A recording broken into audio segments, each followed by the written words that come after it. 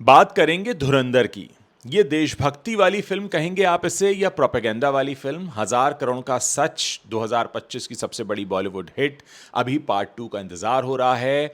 अब हम बात करेंगे कि क्या ये फिल्म वाकई देशभक्ति के जज्बे के लिए बनाई गई थी, क्योंकि इसी फिल्म के खिलाफ मेजर मोहित शर्मा की फैमिली ने कोर्ट में केस भी किया था। इसी फिल्म को कई गल्फ कंट्रीज ने बैन भी किया था। इसी फिल्म को ध्रुव राठी जैसे कई पॉपुलर यूट्यूबर्स ने एक प्रोपेगेंडा भी करार दिया था। वो बात अलग है, उसके बाद उनकी ट्रोलिंग काफ़ी हुई थी। तो सवाल ये है कि क्या धुरंधर एक ग्रेट फिल्म थी या यूं कहें कि केयरफुली मैन्युफैक्चर्ड नेशनलिस्ट प्रोडक्ट थी? और इससे भी बड़ा सवाल यह है कि क्या ये इन दोनों में डिफरेंस क्या होता है। पहले बात करेंगे मेजर मोहित शर्मा की फैमिली के केस की। मेजर मोहित शर्मा एक रियल हीरो थे। 2009 में काउंटर टेररिज्म ऑपरेशन में शहीद हुए। असली जिंदगी में उनकी फैमिली का कहना है कि धुरंधर उनकी लाइफ स्टोरी पर बेस्ड है, लेकिन फैमिली की परमिशन इससे नहीं ली गई। उनकी वाइफ ने पब्लिकली कहा कि उनसे कभी कंसेंट नहीं मांगा गया। क्या ये एथिकली सही है, एक शहीद की स्टोरी को कमर्शियली यूज़ करना और उससे हज़ारों करोड़ रुपए कमाना और उनकी फैमिली को कोई क्रेडिट ना देना, ना रॉयल्टी देना, ना उनसे कोई परमिशन लेना? बॉलीवुड पहले भी ऐसा करता रहा है। शाहिद कपूर की फिल्म उड़ता पंजाब में भी रियल केसेस थे। MS धोनी की बायोपिक में पूरी की पूरी फैमिली इन्वॉल्व थी, लेकिन धुरंधर के केस में फैमिली को बाहर रखा गया। क्यों? अब बात करते हैं उस कंट्रोवर्सी की जिसकी वजह से गल्फ कंट्रीज ने इसे बैन किया। फिल्म में पाकिस्तान और बलूचिस्तान और अरब कैरेक्टर्स को जिस तरह से पोर्ट्रे किया गया, कुछ कंट्रीज़ को ये लगा कि ये उनके नागरिकों को बहुत अनफेयरली नेगेटिव लाइट में दिखाता है। ये बाद में एक डिप्लोमेटिक इशू भी बना और यही वो असली सवाल है जहां जो मैं आपसे पूछना चाहता हूं। क्या बॉलीवुड नेशनलिस्ट फिल्म्स बनाना बंद कर दे? जी नहीं, बिल्कुल नहीं होना चाहिए। जैसे उरी बनी, राजी बनी, लक्ष्य बनी, ये सब ग्रेट फिल्म्स थी। उनमें नेशनलिज्म था, लेकिन वो, जैसे हम राजी की बात करें, पाकिस्तानी कैरेक्टर्स को भी उसमें इंसान दिखाया गया था। उरी में इमोशंस थे लेकिन हेट नहीं था।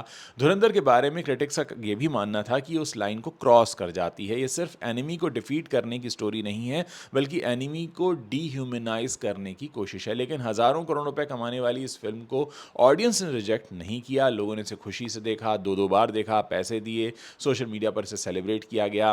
तो क्या ऑडियंस गलत है? शायद नहीं, ऑडियंस गलत नहीं है, लेकिन हमें ये समझना होगा कि एंटरटेनमेंट और इन्फॉर्मेशन में फ़र्क होता है। जब आप एक फ़िल्म देखते हैं तो आपका ब्रेन एंटरटेनमेंट मोड में होता है। आप इमोशनली कनेक्ट करते हैं, लेकिन सिर्फ कैरेक्टर से, और उस मोमेंट में जो नैरेटिव फीड किया जाता है वो बहुत डीप तक, गहराई तक आप में उतर जाता है।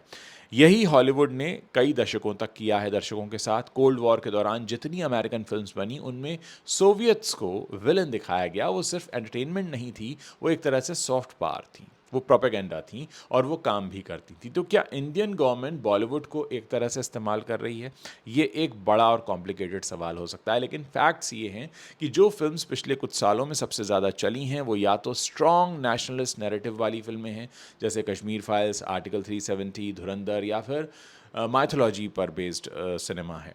और जो फिल्म्स न्यूट्रल या क्रिटिकल पर्सपेक्टिव लेती हैं, जैसे सुपर बॉयज़ ऑफ मालेगांव, जो फेस्टिवल में हिट रहीं लेकिन बॉक्स ऑफिस पर कमज़ोर रहीं, उन्हें मेन स्ट्रीम सक्सेस नहीं मिल पाती।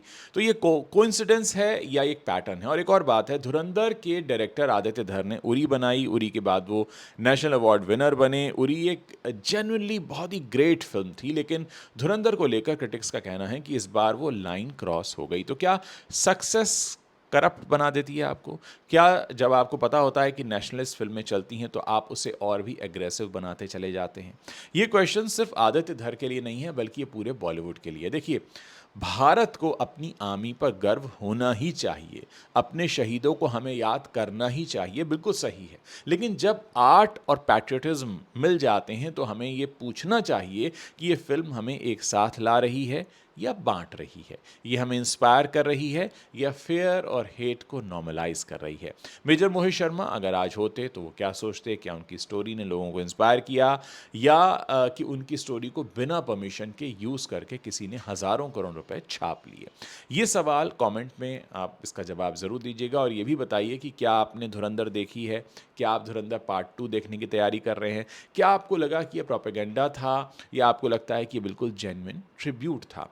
मैं आपसे जानना चाहूँगा दोस्तों। आज के समय में इस पर बात करना इसलिए ज़रूरी है, अभी हाल ही में द केरला स्टोरी 2 भी आई है, और लोगों को बड़ी उम्मीद थी कि ये फिल्म भी बहुत चलेगी, लेकिन ये फिल्म नहीं चल रही है। 5 दिनों में इसकी कमाई 15 करोड़ रुपए के आसपास है, और लोग बता रहे हैं कि लोगों को वो कनेक्ट नहीं कर पा रही है। कुछ लोगों का ये भी मानना है कि द कश्मीर फाइल्स की आंधी में द केरला स्टोरी चल गई थी, लेकिन अब उतना असर ये सेकंड फिल्म जो है वो नहीं कर पा रही है। तो क्या अब ऐसा सिनेमा बनाने से पहले लोगों से कितना कनेक्ट कर पाती है वो देखना पड़ेगा। दूसरा एक और बात यहाँ धुरंधर के बारे में कहना चाहूँगा। बहुत सारे लोगों ने कहा कि धुरंधर को हिट बनाने में बहुत हद तक अक्षय खन्ना को जिस तरीके से पोर्ट्रे किया गया रहमान डकैत के रोल में, साथ ही इसके म्यूज़िक का बहुत बड़ा रोल रहा। यानी धुरंधर के म्यूज़िक को लोग बहुत याद कर रहे हैं, जबकि कमाल की बात ये कि धुरंधर में कोई नए गाने नहीं थे, बल्कि पुराने गानों को ही नए कवर में लपेट कर पेश किया गया, चाहे वो हवा हवा गाना हो या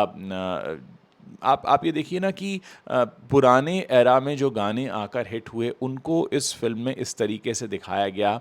इनफैक्ट उस साउंड ने बहुत अलग तरह का रोल प्ले किया। तो लोग ये भी कह रहे हैं कि धुरंधर सिर्फ इसलिए नहीं चली कि ये नेशनलिस्ट सिनेमा है, बल्कि इसलिए भी क्योंकि इसमें म्यूज़िक का भरपूर इस्तेमाल किया गया। हमारे देश में एक बहस और होती है दोस्तों, इसका हम जिक्र करेंगे। अक्सर बहुत सारे लोग हैं जो हमारे देश में ये कहते हैं कि आप देशभक्त हैं, इसका प्रमाण इस बात से मिलता है कि आप रोज़ाना पाकिस्तान को कितनी गाली देते हैं, आप रोज़ाना चीन को कितना कोसते हैं। तो ये तमाम चीज़ें हैं और बहुत हद तक इसका इस्तेमाल इस फिल्म में किया गया। क्या हमारे देश में एक अलग तरह का नेशनलिस्ट सिनेमा डेवलप हो रहा है, जहाँ पर एक पर्टिकुलर सोच वाले लोग अट्रैक्ट होते हैं, उसको देखते हैं, अपनी भड़ास निकालते हैं और फिर आकर अपने रोज़ाना के कामों में व्यस्त हो जाते हैं। ये सारी बातें मेरे लिए पूछना इसलिए भी ज़रूरी है कि अगर मैं पिछले कुछ दिनों पर नज़र डालूं तो दिसंबर में फ़िल्म आई थी धुरंधर, उसके बाद से कोई ऐसी फ़िल्म नहीं आई है जो चली हो बॉलीवुड में।